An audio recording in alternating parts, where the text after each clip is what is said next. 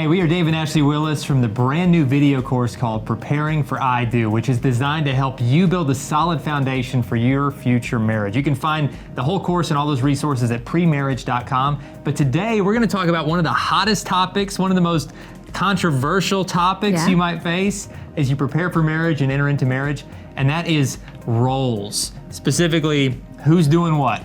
You know, who's cleaning this, whose job is it to take the trash out, who's cleaning the toilet, who's paying the bills, and how do we decide who does what and find unity around it? Well, I think, and this is not something I've come up with, but Dave says this all the time, I think you have to start with who's better at it, okay? Who has just a better propensity, maybe they're more detailed in that specific task, and talk about that, like who's better at XYZ, and then go from there. Now, you might be saying, oh, that's a loophole because you're gonna act like you're not good at anything, so you don't have to do anything. She's way better at cleaning toilets than me, so I'm not gonna make I mean, she's so good at it. And none of us really want to be amazing at that. But I will say this, also talk about who actually likes doing this specific task more. Like, for example, we'll just tell you a little bit about us. I actually like cleaning my house. I'm one of those people, I know it's weird, but it kind of brings me peace, and I am a little bit anal retentive about my home, and I like knowing that I'm the one doing it and getting in there, because nobody's gonna clean your house like you, right? But there's no shame in getting someone to help. So like if this is a sticking point for you, and it's like a constant fight, and you feel like, oh my gosh, he's making me do this again, or she's making me do this again, and it just constantly causes an argument, that is a great time to just put some money aside and invest in a great housekeeper, because that's going to bring you peace. And I'm telling you, it is so worth the investment. Your marriage is worth the investment if that's going to bring you peace. And so with us, you know, I do like cleaning our home, but there was a season where we were really busy with our work schedules, and the one chore that I absolutely loathe is laundry. And so Dave and I would try to, you know, balance it. We've got 4 kids, and so it's constantly a lot of laundry. They never want to wear their jeans twice. I mean, I did that growing up. I don't know why they don't, but they don't. And so it's constant laundry. And he was like, listen, I know this is becoming kind of a sticking point between us, and it's really stressful. Why don't we outsource this and find someone who can maybe do a wash and fold for us. And so we found a local company that comes and picks up your dirty laundry and delivers it 2 days later, all folded and hung up, and you just put it away. And it was blissful. And we used it for that season. It's been a peacemaker in our home. It was for that season. It wasn't long. We did it for probably a year. Yeah. Budgeted for it. Worth it. It was a great investment in our marriage. But we've also had to make adjustments, because there've been a lot of seasons in our marriage where we didn't have the funds to do something like that, and we just had to figure out and make it work. And we would just divide it up. And I mean, early on, I remember early in our marriage, I did bathrooms. And I remember early in our marriage, you know, I said, well, I'll take this, you take this. You know, I kind of handled the bills just because I just kind of enjoyed being able to keep track of that part more. But we were both in the loop with all financial decisions, but it was like somebody's got to kind of run point on this. But so I'll take that.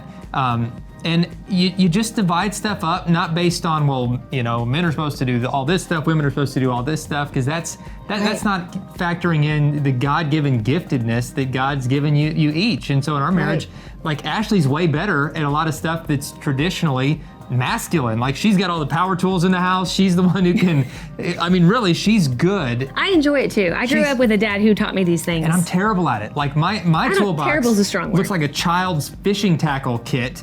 And it has like 2 things in it that I'm not even sure what they are. Like, I'm just not really good with tools. I've learned through the years, but she's still way better. And, you know, and I'm good at other things that maybe, you know, other guys aren't. And we just try to play to each other's strengths instead of ever shaming each other. Like, why aren't you good at this? Why aren't you good at that? But build each other up. Look for ways to support each other. Look for ways to serve each other. And the biggest part is just don't let your pride and selfishness get in the way. You know, the causes of divorce are not, you know, not big, huge things. The causes of divorce are the little things, pride and selfishness, which really aren't little at all. They're massive. And that's the voice that says, I don't have to listen to her, I don't have to listen to him, I'm gonna do things my way, and that's just the way it's gonna be. But you gotta have the humility and love for one another to just say, how can I serve you in this situation? And that might be a chore you normally do, but right now, you're tied up with other stuff. I want to serve you by doing something that's not technically on my list, so to speak, and just serve each other. You're on the same team. You know, there should be no task that is beneath you. Everybody, it's all hands on deck all the time for a family to work, because eventually many of you will have children. Maybe you have children going into your marriage.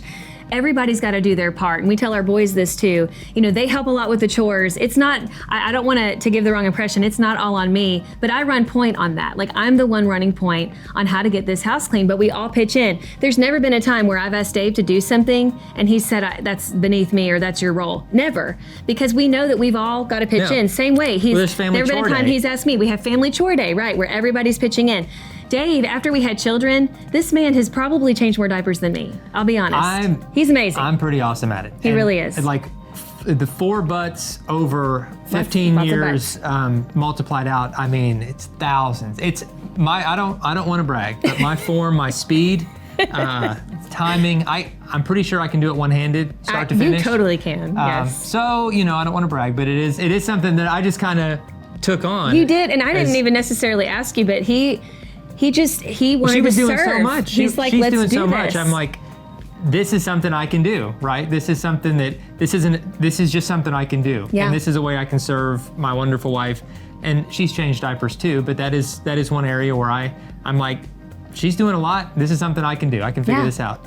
And also putting kids to bed. I know, like, I would get to the end of a long day after having an infant and Dave would do bedtime routine, you know, and any of you who have kids, you know exactly how hard that is. It's a hard thing. It's beautiful, but it's actually turned into this sweet time when they get to have time with their dad. And so you just have to be willing to pitch in no matter what and really talk about, like, okay, this would really help me if you did this, and how can I help you? I mean, really come from that standpoint of how can I make your life easier? Because I want to make sure that none of us feels like we're doing more than the other. And we recently had this conversation. I'm always saying, like, sweetie, I never want you to resent me. I always want to make sure that we're both pitching in, not only with the children, but with work, with finances, with management of just everything in our life. I want to make sure that neither one of us feels resentful, but that we all feel like we're giving as much as we can and serving one another. And, you know, it's going to change throughout your time together, but every time that you monitor and adjust and you always are willing to have that conversation is going to be a time where you're more unified. That's right. So be willing to have those hard conversations about things like this. And don't keep score. Don't be like, well, I'm doing 60%, you're doing 40%. Both of you give 100%. Yes. And both of you serve each other and everything will get done.